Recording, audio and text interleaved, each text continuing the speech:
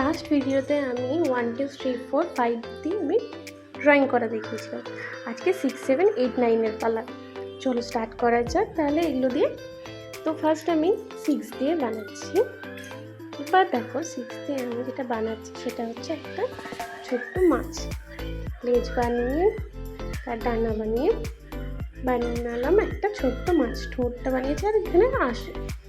দেখো একটা ছোট্ট নাম্বার দিয়ে কি সুন্দর একটা মাছ বানানো হয়ে গেল। এবার 7-এর পালা।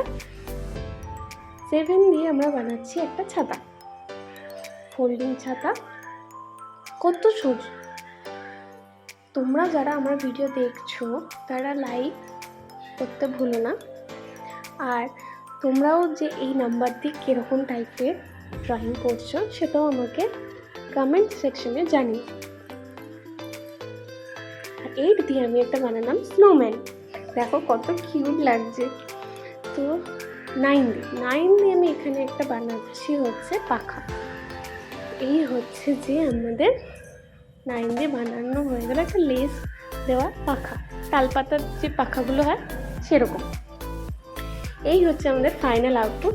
1 থেকে 9 অবধি সব ড্রয়িংগুলো কমপ্লিট।